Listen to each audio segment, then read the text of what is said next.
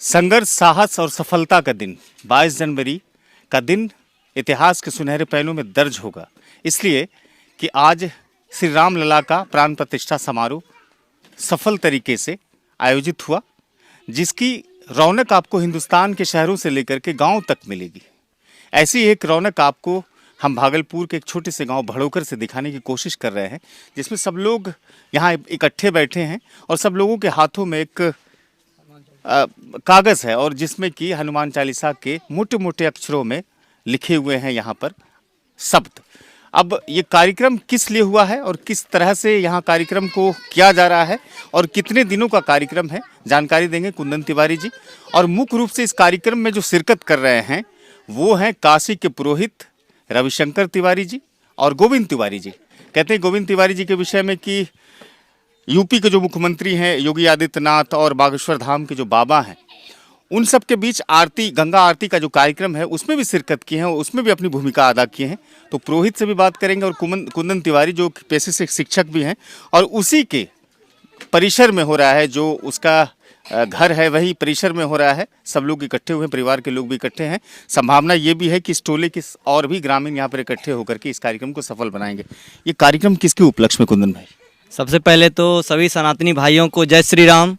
और ये हमारे सभी सनातनियों के लिए, हमारे देश के सभी लोगों के लिए गर्व की बात है। आज लगभग 550 साल के संघर्ष के बाद आज हमारी जीत हुई है और जो हमारे विदेशी आक्रांता बाबर हमारे यहाँ आकर के हमारे सांस्कृतिक विरासत को नस्तो नाबूद करने का प्रयास कर रहे हैं। राम मंदिर को ढहा करके वहाँ पर जो बाबरी ढांचा बनाएगा उसको मस्जिद बोल करके एक ऐसा मुद्दा बनाने का प्रयास किया जाता है जिससे कि एक मुस्लिम समाज इससे जुड़ जाए। ये वो मस्जिद नहीं था, वो ढांचा था। बाबर के उनके एक अनुयायी थे, उनको मानने वाले एक लोग थे मीर बांकी, जिन्होंने कि 1528 ईस्वी में वो ढांचा तैयार किया था और उसको मस्जिद का नाम देकर के उसका राजनीतिकरण कर दिया गया। और ताकि भारत देश के जो एक मुस्लिम समुदाय है, जो अल्पसंख्यक समुदाय है, वो इसको लेकर के भावनात्मक रूप से उससे जुड़े रहे।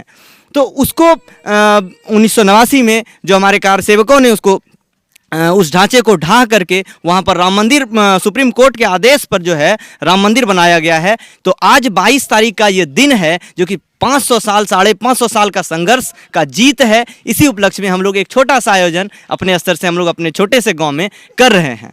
कहते हैं कि मन भाव विभोर हो जाता है, भावुक हो जाता है जब इस पल को याद करते हैं। इस उत्सव के आप भी हिस्सा बने हैं, क्योंकि युवा पीढ़ी ने त्रेता युग को तो देखा नहीं है लेकिन उसके हिस्सा जरूर हम लोग बने, तो कहीं ना कहीं सौभाग्यशाली हैं। इस वक्त मन में कहीं ना कहीं हर्ष भी चलता होगा और मन कहीं ना कहीं खुशी से एकदम झकझोर जाता होगा। ये हमारे लिए और जो हमारा जनरेशन जो अभी चल रहा है, इसके लिए सबसे बड़ी सौभाग्य की बात यह है कि हमारे पूर्वजों ने मंदिर को गिरते देखा, हमारे पूर्वजों ने मंदिर के ऊपर बाबरी ढांचे को देखा, लेकिन हम उस गौरवशाली जनरेशन के लोग हैं जिसमें कि हमने मंदिर को बनते हुए देखा। और आज हमारा राम मंदिर आज बन के तैयार हुआ है, भव्य राम मंदिर बन के तैयार हुआ है। और इसी उपलक्ष्य में सभी सनातनी को यह गर्व से कहना चाहिए, यह सनातन का समय आ गया है, यह सनातन का शताब्दी चल रहा है और इस सनातन के शताब्दी में हम सभी को हर्षोल्लास के साथ कार्यक्रम करना चाहिए और अपने आराध्य प्रभु श्री राम के आगमन पर सभी को जो है कार्यक्रम करना चाहिए इसमें। जी बाबा, आप भी शामिल हुए हैं, चूंकि वो पीढ़ी तो आप देखे नहीं है लेकिन इस पीढ़ी में आप भी साक्षी बन गए, गवाह बन गए, है ना? क्या संदेश देंगे इस कार्यक्रम के माध्यम से देशवासियों को? 22 जनवरी का जो है से सब दिन का जो है से सुनहरे अक्षरों में लिखा के जो राम मंदिर का जो है सो आज प्राण प्रतिष्ठा माननीय प्रधानमंत्री मोदी जी के कर कमलों में संपन्न हुआ। गोविंद जी, आप तो महारत हासिल लगते हैं, इस तरह के कार्यक्रम में शरीक हुए हैं। एक छोटे से गांव में आयोजन किया जा रहा है। आप चूंकि कई कार्यक्रम में जाते रहे हैं, तो इस कार्यक्रम में क्या कुछ खास आप देख रहे हैं? पहले तो इस कार्यक्रम में खास इस बात का है कि छोटे से गांव में इतना बड़ा कार्य हो रहा है। कार्य एक राम भी अपना कार्य होता है, लेकिन इतना भव्य आयोजन करना बहुत बड़ा कार्य होता है। हम काशी से आए हुए हैं।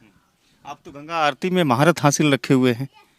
सब बाबा की कृपा है। योगी आदित्यनाथ और बाबा बागेश्वर के साथ भी आप काम किए हुए हैं।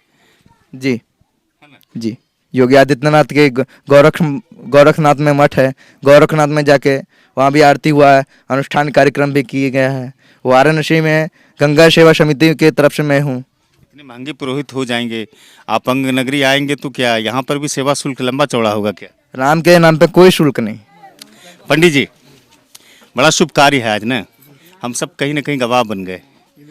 क्या कहेंगे? सब तो कहीं ना कहीं जुबान पर आते हो। बिल्कुल, इसमें कोई मतांतर नहीं होनी चाहिए। ये आज तो इतिहास के सुनहरे पन्ने में आज का दिन अंकित हो गया है और नया भारत कह सकते हैं। बिल्कुल कह सकते हैं, बिल्कुल कह सकते युवा पीढ़ी को क्या संदेश देंगे मर्यादा पुरुषोत्तम राम का? हैं। राम के आदर्शों पे चलें, राम जो करके गए वो जो अवश्य करें। वो चलते नहीं हैं आजकल लोग, नहीं चलते, इसलिए परेशानी हो रही है ना मुख्यतः। ये संदेश देना चाहेंगे कि राम के पद चिन्हों पर चलिए। बिल्कुल चलें, जो राम करके गए, जो राम कर बोल किए हैं वो अवश्य करना चाहिए। अगर राम के पथ पे चलेंगे तो अवश्य कल्याण होगा आपका। आप भी शामिल हुए ना, ये चौपाई लगातार अभी जो है आप पढ़ रही हैं, जी जी, बहुत ही अच्छा लग रहा है और हम लोग बहुत खुशकिस्मत हैं।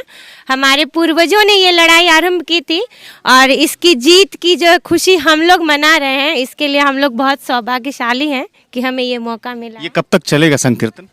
ये मतलब कि 24 घंटे का है, तो इसका जो है कल तक ये चलेगा, कल तक चलेगा। आप कुछ कहेंगे? कह दीजिए आप भी कुछ। जय श्री राम, जय श्री राम। बहुत अच्छा लग रहा है कि 2022 में 24 में हो रहा है कार्यक्रम। जय श्री जो राम। कार्यक्रम आज देख रहे हैं इस छोटे से गांव में, या इस गांव में एक तिवारी इंटरप्राइजेज करके एक इंटरप्राइजेज जिसमें सीमेंट, गिट्टी, बालू, छड़ मिलता है, घर बनाने का सारा सामान मिलता है। वो संस्था, वो प्रतिष्ठान और उसके साथ साथ एक उपकार शिक्षण संस्थान जो कि इस क्षेत्र का एक प्रतिष्ठित संस्थान है, जो विगत 8 वर्षों से 100% रिजल्ट जो है देता हुआ आया है। और गौरव की बात यह है कि उस संस्थान से आज तक एक भी विद्यार्थी कभी फेल नहीं हुए हैं। तो उस संस्थान और यह प्रतिष्ठान दोनों के संयुक्त तत्वावधान में यह कार्यक्रम आयोजित किया जाए।